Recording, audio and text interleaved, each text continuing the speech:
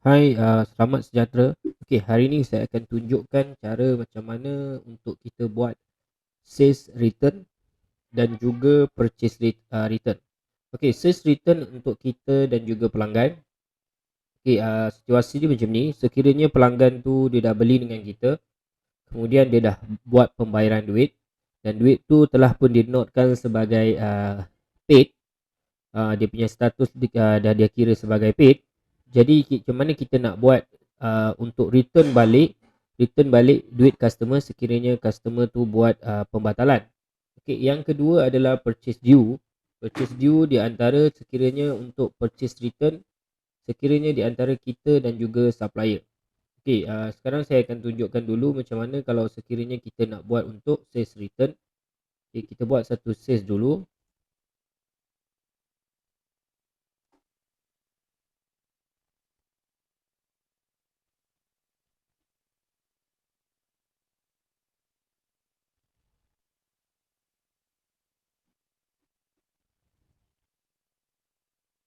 Okey, untuk sales, sekiranya anda nak buat pengubahan, sebarang apa-apa pengubahan, dia hanya untuk dalam masa 30 hari.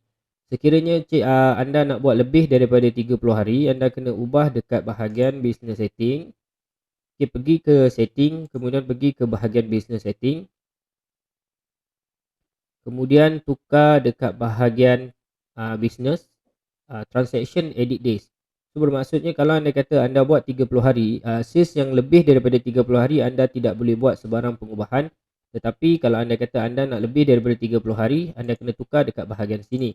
Transaction edit day kita buat 60 hari ataupun 90 hari. Okay, kita balik pada topik kita yang tadi. Kita buat satu sales.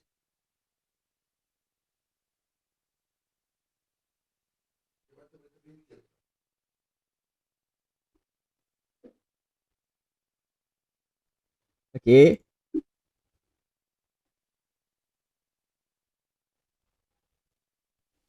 Contoh saya buat satu sales dekat sini ya.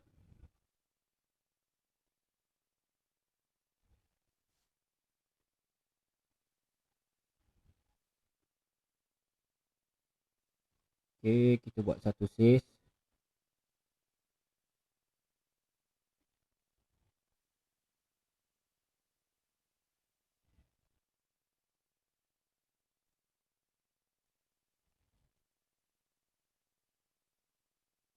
Okey, pembayaran adalah melalui cash payment method.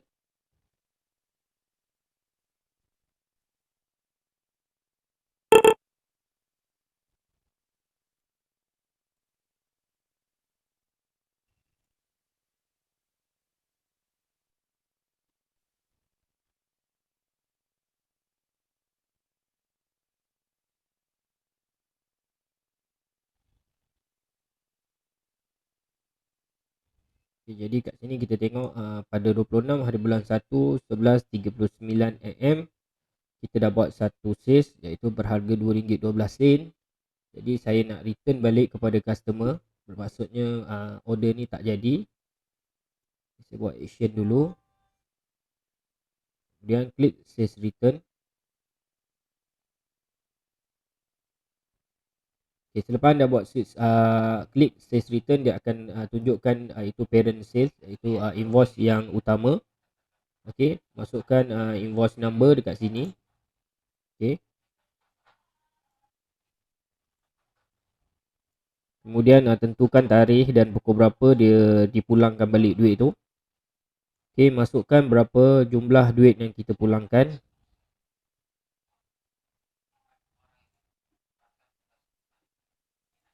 Kita masukkan berapa pieces berapa pieces. Okay, so bermaksudnya satu pieces RM2, kita pulangkan balik kepada customer. Kemudian kita save.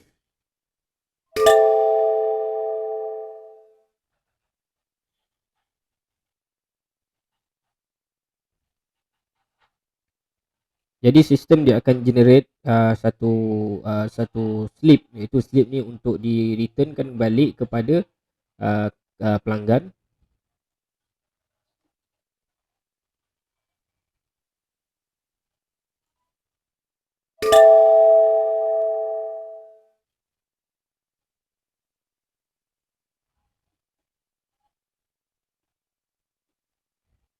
Jadi bila kita pergi ke bahagian sales return balik tadi,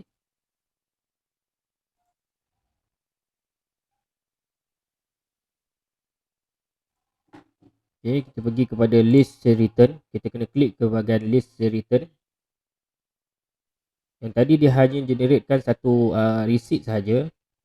Okay, kemudian kita kena tengok balik dekat sini nama pelanggan, kemudian kita buat balik pembayaran kepada dia. Jadi pembayaran tu kita kena pilih lah. So anda kata sebelum ni anda kata pelanggan tu dibayar secara cash, jadi kita pulangkan dia secara cash. Tetapi kalau anda kata dia bayar cash, kita nak buat transaksi bank kepada dia pun boleh, tiada masalah. Kita add saja payment dekat sini.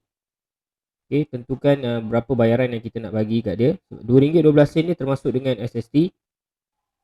Jadi kita bayar kat dia balik. Kemudian kita save.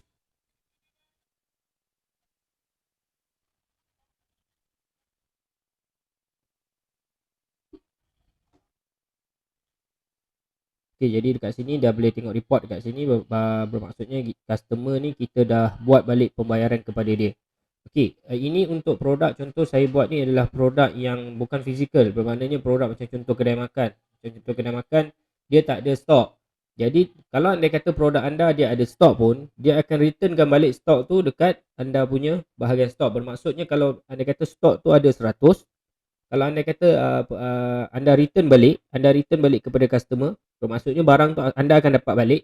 Bila anda buat return yang masa saya tunjukkan ini, secara automatiknya dekat bahagian produk nanti, dekat bahagian stok dia akan naik balik. Dia akan kembali balik ke perkiraan asal. Maksudnya dia tak akan lari. So itu untuk sales return. Sales return di antara kita dan juga pelanggan. Macam mana pula kalau anda kata kita nak buat untuk purchase return. Okay, purchase return kita saya kena buat satu purchase dulu. Okay, saya buat satu purchase dulu. Okay, saya pergi ke bahagian produk dulu. Jadi sama juga untuk purchase return, dia hanya untuk produk yang ada stok sahaja. Memang for sure lah, memang ada stok lah. Kalau tak ada stok, tak dikira sebagai purchase sebenarnya. Jadi untuk purchase return di antara kita dan juga supplier hanya untuk produk-produk yang ada stok sahaja. Jadi kat sini contoh, kita dah buat satu air mineral dekat sini. Stok dia ada lebih kurang 70 pieces. Jadi saya nak return balik. Saya nak buat pembayaran. Saya maknanya ada mungkin air mineral tu ada rosak, ataupun supplier dia nak datang dekat saya, kemudian dia kata dia nak gantikan duit, tapi barang tu saya kena bagi dia balik. Okay, dia ni antara kita dan juga supplier lah. Jadi pergi balik ke air mineral ni, klik dekat sini, klik. Okay, kita boleh tengok dekat sini, kita ada product stock history. Kita boleh tengok lah, maknanya history kita untuk ni. Okay, kemudian kita pergi ke bahagian purchase.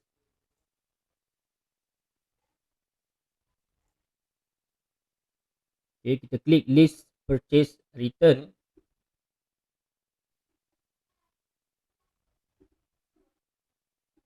Okay, list purchase return, kita kena klik add.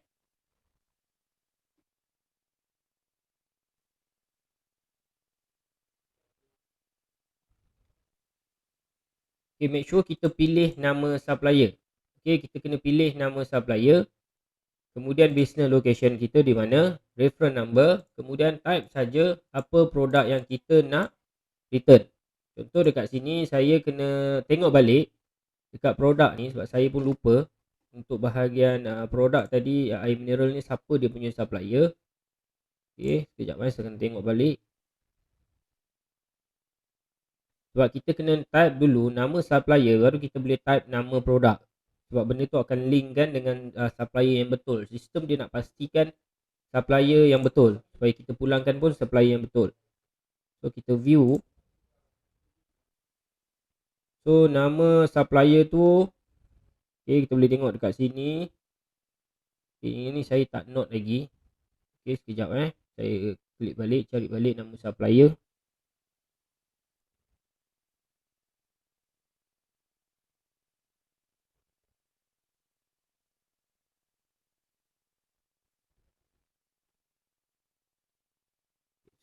Saya tengok balik dekat purchase.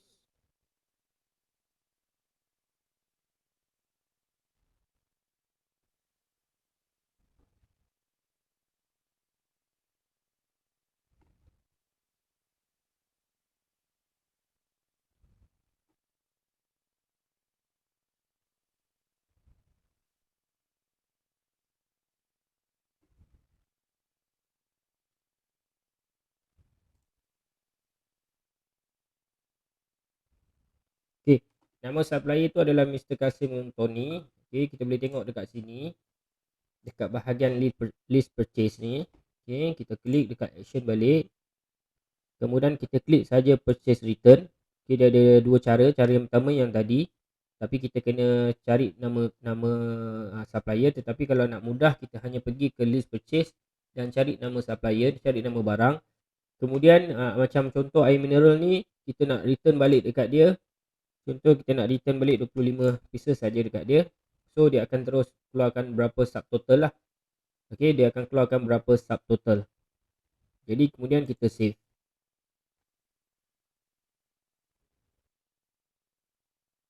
Okay, so bermaksudnya dia punya return tu kita dah buat, maknanya kita dah generatekan satu invoice. Kita nampak dekat sini dia ada due, tetapi due ni jangan disalah faham. Due ni untuk di antara bermaksudnya supplier yang kita kena bayar dengan kita. Bukan kita yang kena bayar dengan supplier. So bermaksudnya kalau kita add payment dekat sini pun, dia akan note sebagai kita yang menerima payment. Kita yang menerima payment, bermaknanya supplier yang ada berhutang dengan kita, bukan kita yang berhutang dengan supplier. So macam saya cakap, saya recap balik. Untuk sales boleh buat return. Sales kena cari dulu sales yang mana kena return, kemudian just klik untuk sales return. Kemudian pergi balik kepada list sales return. Okay, list sales return, kemudian cari buat pembayaran kepada customer semula. Kemudian untuk purchase pun sama, boleh pergi dekat bahagian list purchase, kemudian klik nama supplier ataupun klik nama barang tu, berapa banyak nak kena return, kemudian pergi balik ke list payment, list purchase, dia akan tunjukkan dekat sini. Kalau anda kata pelanggan tu dia dah buat supplier tu dia dah buat pembayaran kepada kita, kita just update untuk payment status.